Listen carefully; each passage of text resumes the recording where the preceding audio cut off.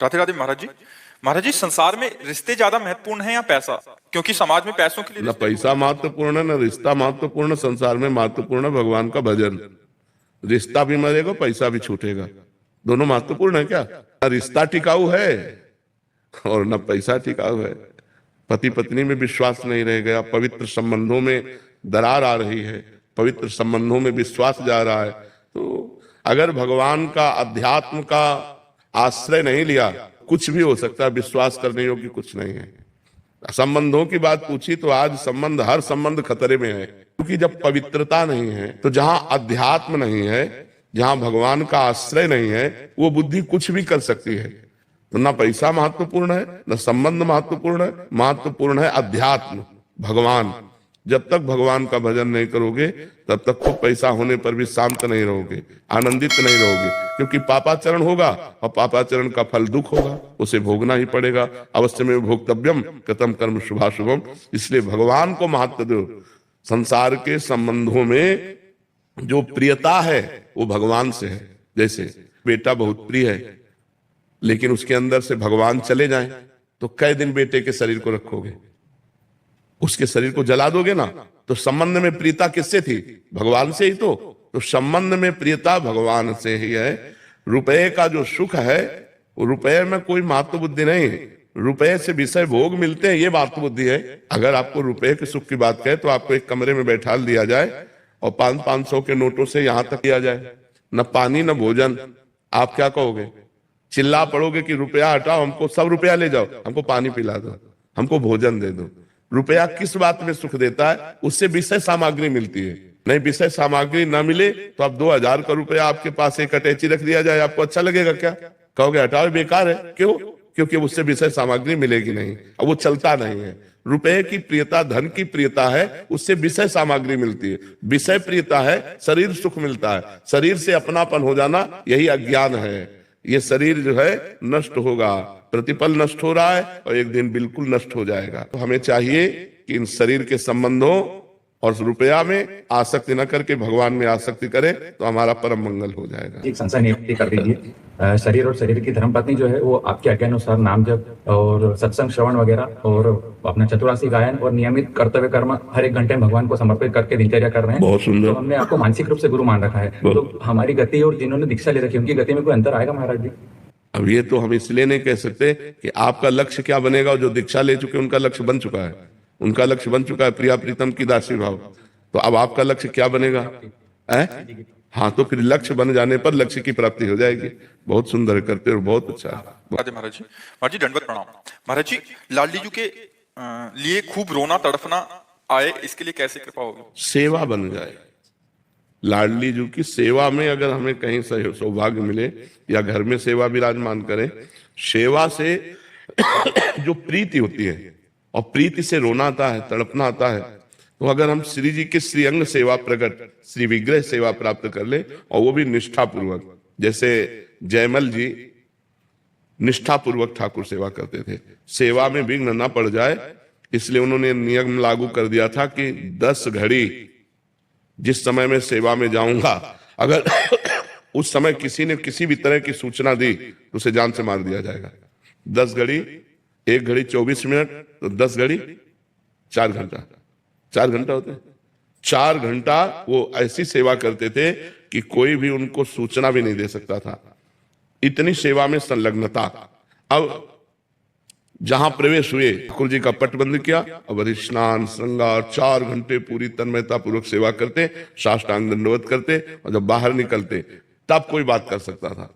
ये मांडोर, एक राजा, मांडोर का राजा था, उनका भाई था, उसके मन में आया कि 4 घंटे कोई सूचना दे नहीं सकता और 4 घंटे में हम विजय प्राप्त कर लेते हैं।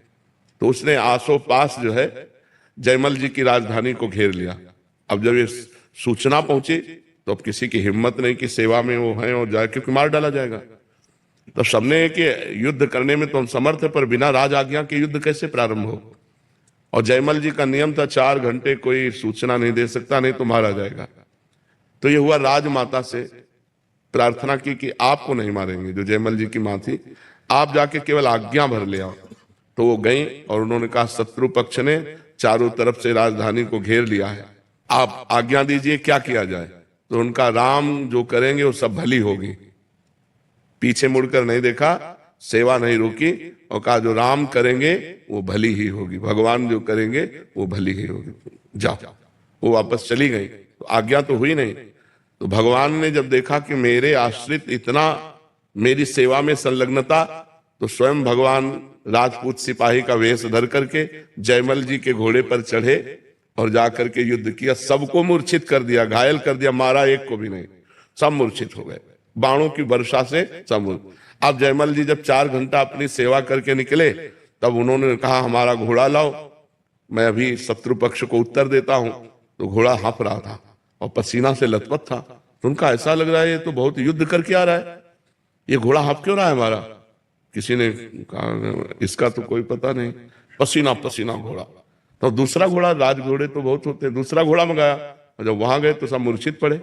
तो जो शत्रु पक्ष का राजा था उसको चेतना दिला, जो ही चेतना दिलाई सो जयमल जी के हाथ जोड़ के कहा मुझे एक बार उस सैनिक के दर्शन करा दो, जो आपका एक सिपाही आया इतना बलवान कि सबको मूर्छित कर गया, मारा किसी को नहीं, और हमको तो बाणों से भी घायल किया और अपने नेत्रों से भी घायल किया। एक बार हमको अपने सिपाही के, श्याम सिपाही के दर्शन करा दो, वो जो श्याम रंग का था। तो जयमल जी ने कहा श्याम रंग का सिपाही। तब उनकी समझ में आया वो तो मेरे भगवान थे जिनकी मैं सेवा में था। लौट के आए, घोड़े की परिक्रमा की, आरती उतारी कि भैया मेरे को तो आज तक दर्शन नहीं हुए, लेकिन तेरे को दर्शन भी हो गए और तेरे को स्पर्श भी प्राप्त हो गया। बार बार घोड़े का आलिंगन किया, घोड़े की आरती उतारी, घोड़े की दंडवत की। तो जब हम भगवान की सेवा में इस तरह तन्मय होते हैं कि हमें कुछ भी हो जाए, हम सेवा से नहीं निकल सकते, तब हमें प्रीति हो जाती है और फिर भगवान बाहर ले लेते हैं। अभी मान लो अगर निष्ठा ना होती तो सूचना मिलती है कि शत्रु पक्ष ने घेर लिया है, तो सेवा छोड़कर युद्ध के लिए, तो फिर यह घटना थोड़ी घटती। इतनी सेवा में तन्मयता हो कि किसी भी तरह से हम सेवा में विक्षेप न सहे और लाडली जी से हम तो प्रीति हो जाएगी। फिर जिससे प्रीति हो जाती है उससे प्रगट में मिलने का मन होता है कि एक बार प्रगट में मिले, फिर तड़पना, रोना, सिसकना, यही उसको जीने का रास्ता मिलता है। जो भगवत प्रेमी होता है वो तड़पना, सिसकना, रोना। या तो हम सेवा पर विशेष ध्यान दें। हमारी श्री जी राई की सेवा को मेरू के समान समझती हैं, तो फूल सेवा, श्रृंगार सेवा, पोछा सेवा, सोहनी सेवा। जैसे आप बरसाना में विराजते हैं तो लाडली जी के महल में कुछ न कुछ सेवा लिए, प्रगट में श्री जी ठाकुर जी विराज, घर पे विराज। हाँ, तो फिर उनकी सेवा करो खूब। सेवा में, सेवा से ही प्रीति होती है और प्रीति में ही तड़पना, रोना होता है। सेवा पहले श्री जी लाडली जी का अनुभव होते थे, अब कुछ दिनों से अनुभव हमारे होता है। तो देखो खान पान तो नहीं बिगड़ गया, कोई रसिकों का अपराध मानसिक तो नहीं बन गया। नहीं तो ये तो प्रतिक्षण वर्धमानम, प्रतिक्षण वर्धमान माने बढ़ना चाहिए। एक रुक क्यों गया, घट क्यों गया? तो दो ही कारण होते हैं, एकदम रुक जाना तो किसी रसिक के प्रति हे भाव भी हो गया तो रुक जाएगा।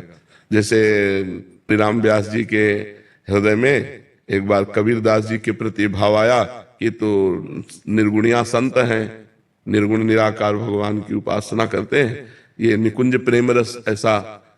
तो हरिराम व्यास जी के हृदय की लीला रुक गई जो प्रभु की चलती थी। तब हरिवंश महाप्रभु से कहा, तो हरिवंश महाप्रभु ने कहा भगवान के किसी लाड़िले का अपराध बन गया। तो उनका ऐसा तो हम क्यों वैष्णव अपराध करेंगे? तो उनका ध्यान करो, तो उनका कबीर दास जी के प्रति ऐसा कहा, बोले यही अपराध बन गया।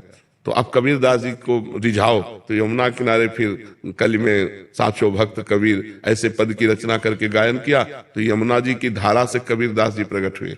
तो कबीर दास जी ने कहा कि भगवान अलग अलग संतों को अपने नाम रूप लीला धाम का प्रचार प्रसार करने के लिए भेजते हैं। इसका मतलब ये थोड़ी है कि भगवान उसको रस से वंचित कर देते हैं। सब रस का अधिकारी भक्त होता है, तब वो समझे। तो कहीं किसी संत भक्त वैष्णव के प्रति थोड़ी हमारी मलिन बुद्धि हो जाएगी तो फिर हमारा जो है भाव रुक जाएगा, फिर हमारे चिंतन में कमी आ जाएगी।